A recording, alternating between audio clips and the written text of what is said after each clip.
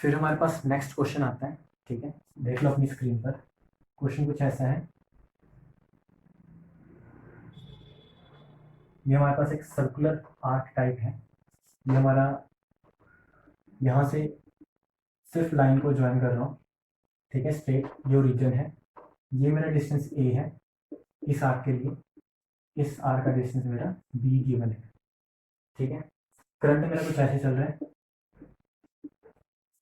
तो हमें ये पूछा है कि इस ओ पॉइंट पे मैग्नेटिक फील्ड की वैल्यू क्या होगी, ठीक है। मैग्नेटिक फील्ड की वैल्यू निकालनी सिर्फ ओ पॉइंट पे। सबसे पहली चीज, जो ये स्ट्रेट वायर है जो लाइन ज्वाइन कर रहा है ओरिजिन के साथ, वहां से कभी भी मैग्नेटिक फील्ड नहीं होगी। मतलब इस वायर की वजह से, ये जो वायर है सेगमेंट है, मैग्नेटिक फील्ड होगी, लेकिन इसकी वजह से इस ओ पॉइंट पे मैग्नेटिक फील्ड कभी भी नहीं होगी। क्यों?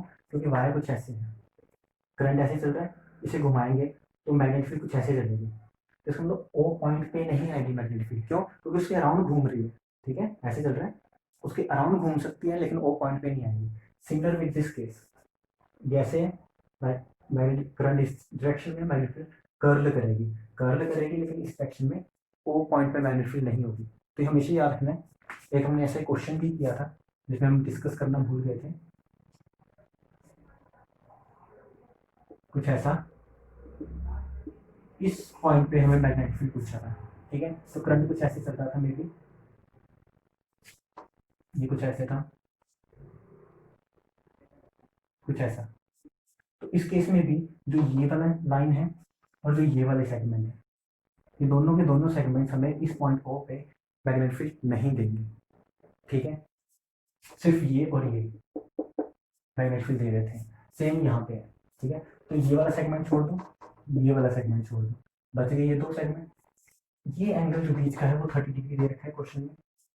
तो सबसे पहले ये अगर ए है तो मैं इसे रेडियस मान सकता हूँ इसका, ठीक है, क्योंकि मैं इससे पूरा घुमा के एक सर्कल बना सकता हूँ। तो मैं इसे रेडियस ए मान सकता हूँ, इसे रेडियस बी मान सकता हूँ इस आर्क का। तो मैग्नेटिक फील्ड क्या होती है एक आर्क के लिए? वो होती है mu naught I by 4 pi radius. Radius पहले मैं ए की बात करता हूँ, 4 pi A mu naught I by 4 pi into theta. अब थीटा कितना बना रहा है ये arc? 30 degree, which is pi by 6। Mu naught I by 4 pi radius which is A into theta. अब इसकी डायरेक्शन क्या होगी? करंट सर्कुलर में है, स्ट्रेट नहीं है, ये सर्कुलर है। तो मैग्नेटिक फील्ड बाहर की ओर, out of the board, which is K cap. वैसे के कैप मान के चल रहा हूँ। ये हो गया मेरा ए के लिए। ऐसे ही बी के लिए बना सकता हूँ मैं। जिस डायरेक्शन में चल रहा है करंट, तो करंट की डायरेक्शन में कर्ल कर लो, तो थंब आपको बताएगा इनटू द बोर्ड है मैग्नेटिक फील्ड इस वायर के लिए। तो बनेगा mu naught I by 4 pi B into again theta, तो पाई बाय 6 ही रहेगा इसके लिए भी, इस आर्क के लिए भी। लेकिन इस बार क्या हुआ, अंदर की ओर है, ठीक है, अंदर की ओर। तो अंदर की ओर के लिए मैं माइनस के क्या मान के चल रहा हूँ। तो एक हमारा V1 आ गया, एक हमारा V2 आ गया। हमें क्या करना है, magnetic field, net magnetic field O point पे निकालने, दोनों को ऐड कर दो। Total magnetic field which is V1 vector plus V2 vector. तो यहाँ पे मैं फिल करता हूँ, पहले इसे कैंसिल कर देता हूँ। तो बनेगा म्यू नॉट आई बाय 24 ए, बनेगा म्यू नॉट आई बाय 24 ए। पहले मैं B1 की वैल्यू पुट कर रहा हूँ, मैं लिख क्या रहा हूँ, B total is equal to B1 vector plus B2 vector, ठीक है, प्लस B2 वेक्टर की वैल्यू पुट कर दो, mu naught I by 24 B minus के है। दोनों को ऐड करेंगे तो ये बनेगा mu naught I by 24 common आ जाएगा, 1 by A minus 1 by B, के क्या बाहर आ जाएगा, ठीक है। तो बी टोटल हमारे पास क्या आ गया, म्यू नॉट आई बाय 24 बस इसका एलसीएम करना है। तो एलसीएम करेंगे, बनेगा B minus A by A B, और इसकी डायरेक्शन क्या है, बाहर की ओर। इसको ना नेट मैग्नेटिक फील्ड टोटल, मतलब रिजल्टेंट मैग्नेटिक फील्ड बाहर की ओर होगी, ठीक है।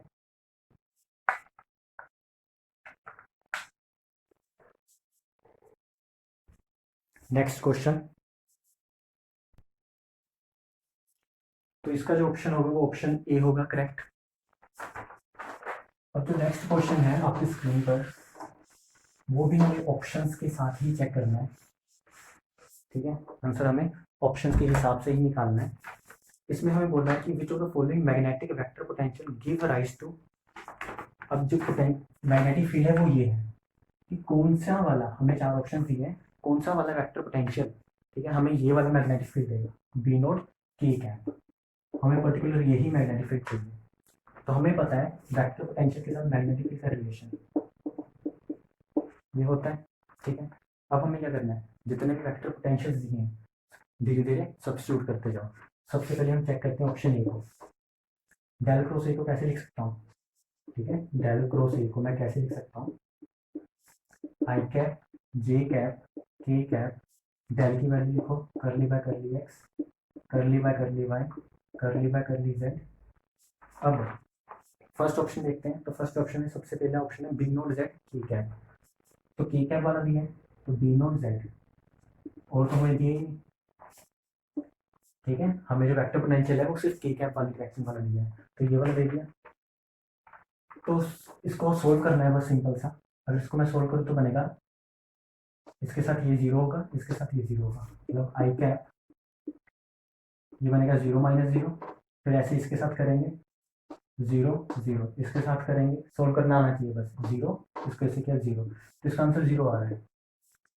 और आना क्या चाहिए ये, क्योंकि ये किसके बराबर होता है, बी के बराबर, तो बी ये आना चाहिए, तो ये तो नहीं आ रहा, तो मतलब ये गलत है।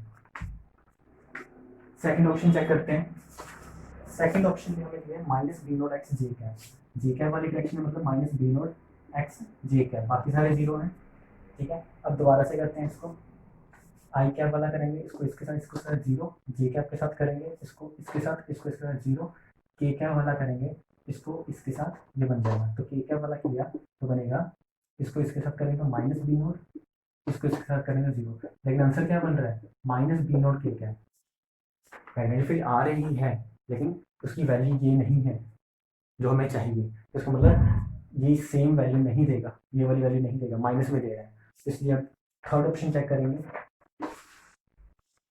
थर्ड ऑप्शन चेक करेंगे तो बनेगा B naught by 2 minus Y I cap plus X J cap, okay, तो आई कैप वाला है B naught by 2 X, B naught minus B naught by 2 Y है हमारा आई कैप वाला, और B naught by 2 X J cap है हमारा, और ये 0, ठीक है।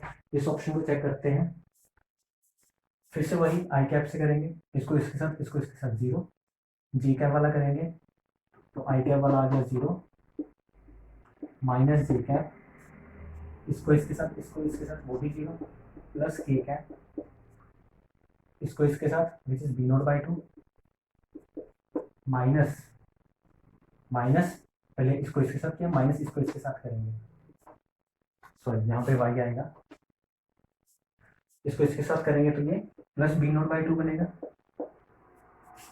ठीक है। तो हमारा नेट क्या बन गया, बी नोट के कैप, तो हम ये बोल सकते हैं कि ये वाली ऑप्शन करेक्ट है, ठीक है। तो ऑप्शन सी इज करेक्ट, क्योंकि हमें यही चाहिए था और वही बन रहा है। फिर हमारे पास नेक्स्ट क्वेश्चन आता है, ठीक है, वो आपकी स्क्रीन पर है। इसमें क्या है कि हमारे पास एक वेक्टर पोटेंशियल दिया हुआ है, जस्ट ये वाला, इस वेक्टर पोटेंशियल के कोरस्पॉन्डिंग आप मैग्नेटिक फील्ड निकाल सकते हो, ठीक है, इस वेक्टर पोटेंशियल के कोरस्पॉन्डिंग, मान लो ये ए वेक्टर पोटेंशियल है, तो मतलब del cross A is B one, ठीक है, तो डेल क्रॉस ए करेंगे तो हमारे पास मैग्नेटिक फील्ड आ जाएगा।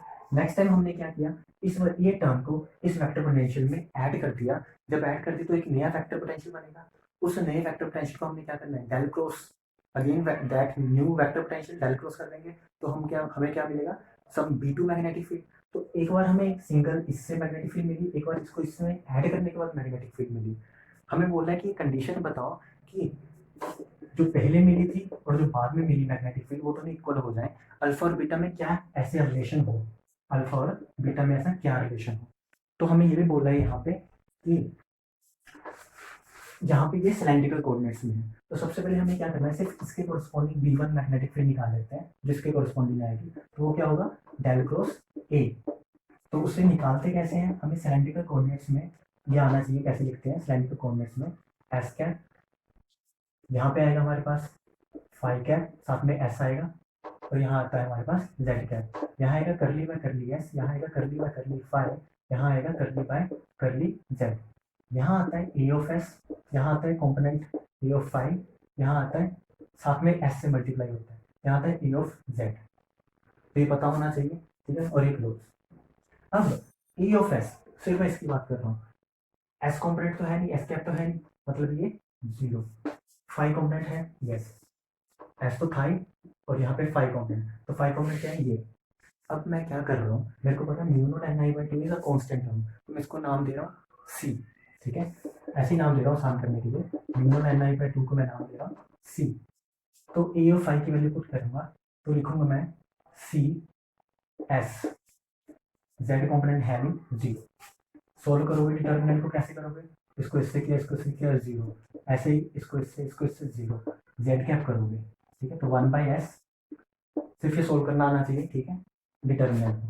तो जेड कैप, इसको इससे करेंगे तो बनेगा 2cs, इसको इससे करेंगे तो जीरो, तो ये आएगा, तो एस एस कैंसिल हो जाएगा, बनेगा 2c जेड कैप डायरेक्शन में, तो ये आंसर आएगा हमारा। इससे मैं नाम दे रहा हूँ B1 मैग्नेटिक फील्ड, ठीक है, तो B1 मैग्नेटिक फील्ड हमारे पास आ गई 2c जेड कैप। तो ये आप B1 मैग्नेटिक फील्ड को लगा के रखो। नेक्स्ट टाइम क्या हुआ, नेक्स्ट टाइम हमने ये जो टर्म है, सिर्फ इतनी टर्म, इस पूरी टर्म को मैंने किस में ऐड कर दिया, इस ए में, तो मैं यहाँ पे अब कोमा हटा के प्लस साइन लगा रहा हूँ, इसमें ऐड कर दिया, जब मैंने इसमें ऐड कर दी थी ए डैश बन जाएगा। तो अब मैं क्या बोल रहा हूँ कि यहाँ पे मैं थोड़ी सी चेंज लाता हूँ, यहाँ पे क्या आएगा, ए ऑफ एस, यहाँ पे आएगा ए ऑफ फाई, यहाँ पे आएगा ए ऑफ जेड ए डैश, क्योंकि अब यहाँ पे डैश हो जाएगा, ठीक है, और यहाँ पे एस आएगा साथ में। अब सिर्फ इनके कॉम्पोनेंट्स लिखने हैं हम इसके अंदर। क्या यहाँ पे एस कैप का कॉम्पोनेंट है, यस, तो वो क्या है, mu naught N I by two which is C into S, और उसके बाद बीटा साइन फाइव, ये हो गया एस कैप कॉम्पोनेंट।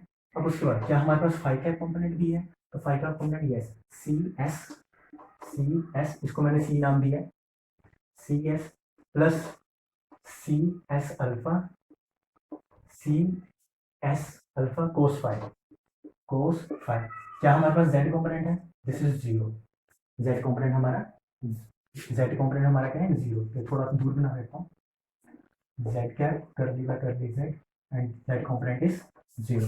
बस इसे सोल्व करना है आपको, इसे सोल्व करेंगे, एस कैप करेंगे जीरो आएगा, इसको करेंगे जीरो आएगा, जेड कैप करते हैं, जब मैं जेड कैप करूंगा यहाँ पे तो ये आएगा, इसको इससे करेंगे तो बनेगा 2cs प्लस ये बनेगा 2cs अल्फा कोस फाइव, इसको इससे करेंगे minus C S beta cos five,